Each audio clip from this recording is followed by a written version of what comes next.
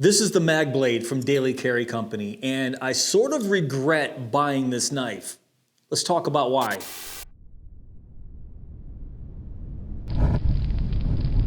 So I just want to start out this video by saying I know Daily Carry Company put a lot of time, effort, and money into creating this MagBlade. And my intention isn't really to discredit this knife at all. In fact, I think it's an absolutely beautiful knife. But the fact is, I do regret purchasing this knife, and there's a few reasons for that. And it all comes down to functionality and practicality. How functional and practical is the MagBlade to use on an everyday basis? Well, for me, basically, not at all. In fact, this has been sitting in my display case right behind me since I purchased this knife. I just never use it. But first, let's run down some of the specs here and talk about the price. This is a very highly polished M390 tanto blade. And by far, one of my favorite features of this knife. I think this blade is absolutely beautiful. The handles here are made of grade 5 titanium and have a nice sandblasted look to them. And when I first got this in my hands, it's just a little bit smaller than I first anticipated. It's 6.69 inches overall, about 170 millimeters. And you can see that when I'm holding the knife in my hand, but I can still get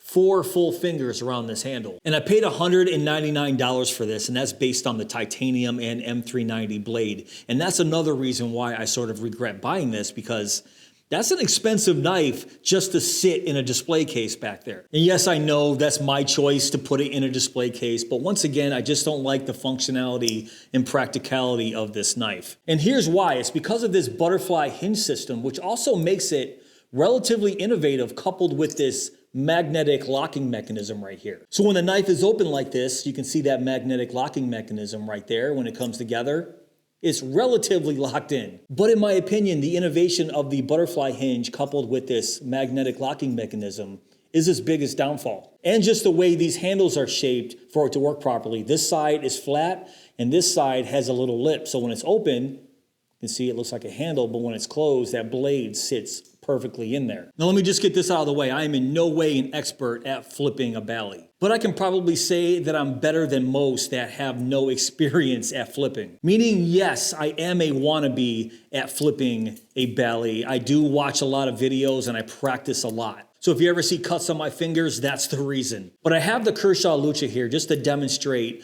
what I think Daily Carry Company was trying to achieve with the MagBlade here. With the real Balisong, there's either a latch on the bottom or no latch at all. Definitely not a magnetic closure, because that would only inhibit its functionality. So there's certain tricks you can do because that handle is free flowing. And the movement should be absolutely fluid when you're flipping a Balisong, which the MagBlade just isn't fluid. And it all has to do with the shape of the handles and that magnetic closure. So they call the MagBlade the world's most satisfying knife, and I have to disagree. I think flipping a Balisong is way more satisfying than trying to open this thing. And generally with the Balisong, you want to be holding the safe handle here, because when you flip it open, your fingers aren't going to be cut. It's going to hit the spine of the blade.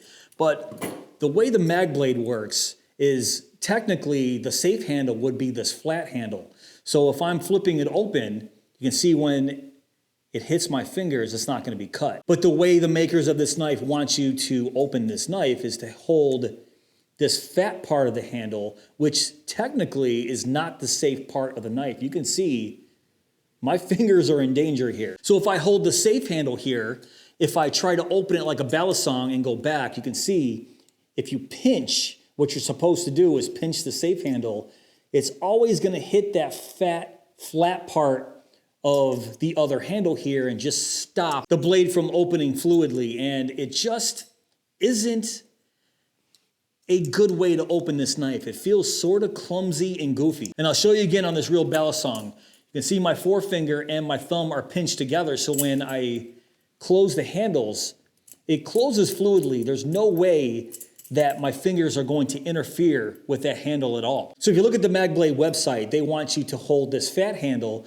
and sort of do a move sort of like that, which I've been practicing and I just can't get it right. That was halfway decent. But you see what I have to do here is open it because of the magnetic closure, then flip it around, ends up in the wrong position, and then in one move, still continue to turn it. So once again, guys, I know it can be done. It's just not a practical and functional way to open this blade at all. In fact, when I do want to use this knife, I just find myself opening it like this, and then I'm asking myself, what's the point? Even when I go to close this knife, I don't see a practical way to actually close this knife other than something like that. But you can see my thumb got in the way again. So once again, if I want to close it, I just do something like this where the blade's just flopping around. There's always a danger of cutting myself when using this knife. So I might be critiquing and overthinking this knife way too much, but I do think it's still a cool knife to have in my collection.